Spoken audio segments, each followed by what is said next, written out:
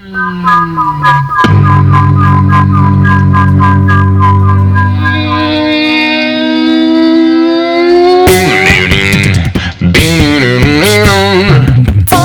evil by moonlight, making love by daylight, never running from a real fight. She is the one named Sailor Moon.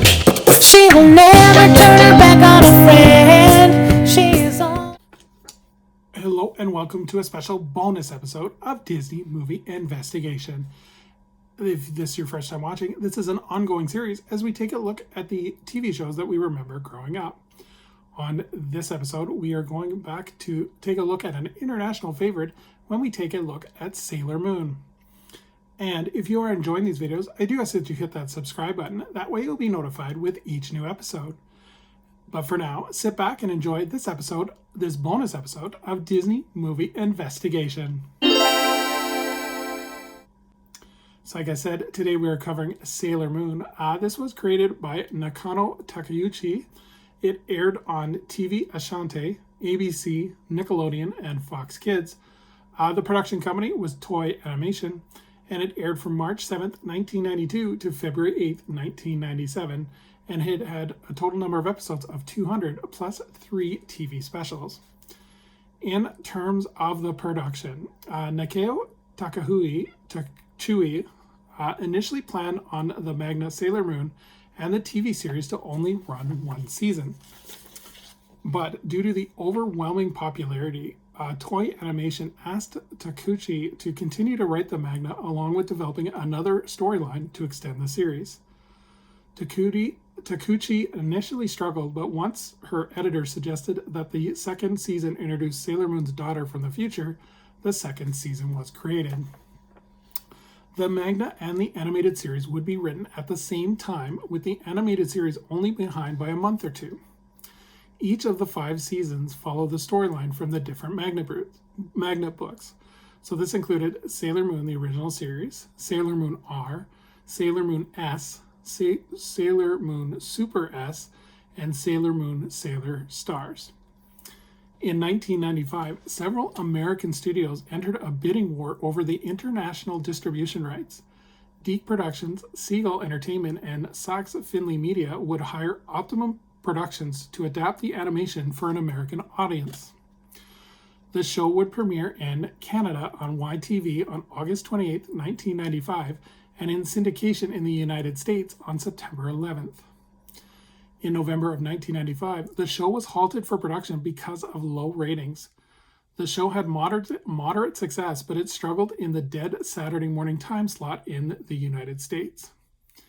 In Canada, however, because the dubbing was done in Canada, it was deemed Canadian enough to air in prime time slots as local content.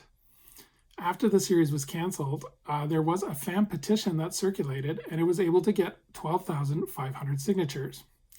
This caught the attention of General Mills, who agreed to sponsor and syndicate the show in 1997. On June 9, 1997, episodes began to air on the USA Network. On June 1, 1998, reruns of the series would be on Cartoon Network's programming block Toonami. And because of the popularity of these episodes, Cloverway, Inc. contacted Optimum Productions to produce English-translated episodes of Sailor Moon S and Sailor Moon R. Pioneer Entertainment would get on board by producing the home video releases. And in 2010, due to the popularity of the show, it would also debut in Italy on the Medias network. Takano Arasawa would compose the score for the series and would earn a Golden Disc Grand Prize from Columbia Records. The opening theme, called Moonlight Descentusu, performed by Dolly, was used for the first 165 episodes. The theme Sailor Star Song was performed by Kaya Hanasawa. So in terms of the plot of the series, the story centers around a airheaded crybaby named Usagi and her friends Amy, Ria, Mikado, and Minako. Using special powers, they can transform into sailor soldiers. They become Sailor Moon, Sailor Mercury, Sailor Mars, Sailor Jupiter, and Sailor Venus. They fight for love and justice against the evil minions of the Dark Kingdom. To help them in their quest, they heed the advice of two talking cats, Luna and Artemis, and the Mysterio tuxedo masks. So there would be several, because of the popularity of this, there would be several movies based on this series. And these included Sailor R, the movie, which was released in 1993. Sailor Moon S, the movie, released in 1994. Sailor Moon Super S, the movie, released in 1995. In 1997, Variety actually stated in an article that the Walt Disney Company was planning to release a theatrical film based on the series, which would feature live-action actors. The plan was to have Winona Ryder and Elizabeth Shue star as the Sailor Soldiers, with Gina Davis as the villain Queen Beryl. After Disney put the show into development, however, it remained in turnaround for a while till the theatrical rights lapsed. There's been tons of comics and books and manga comic books released on this, so many to count. In 1993, they actually did a stage musical based on the series, and a total of 30 different musicals have been released in Japan. There have also been several video game adaptations on many different platforms. And in Universal Studios Japan, there was an attraction, a 4D film called Pretty Guardian Sailor Moon The Miracle 4D, which ran from March 16th to July 24th in 2018. It was followed up by a second film called Moon Palace Arc. And announced on June 30th, 2019, an ice show with Evgenia Mendiva as the lead would feature the Sailor Moon characters.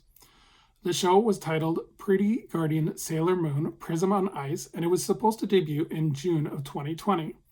But the show was ultimately postponed until 2023, where it would be deemed canceled, and this was due to the COVID-19 pandemic. So memories of the show. I can definitely see why the show was popular. It's very colorful, it's very action-oriented, very kind of extreme emotions with the animation. I'm not the biggest fan of it, just because the storyline seemed very repetitive.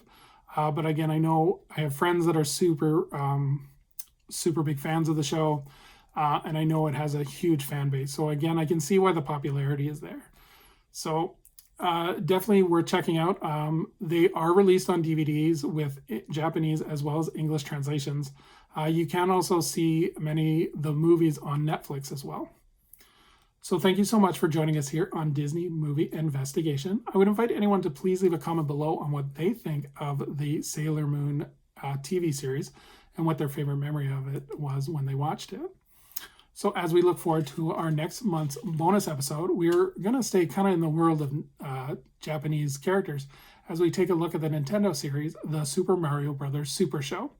So until next time, I hope you have a magical day, and we will see you real soon.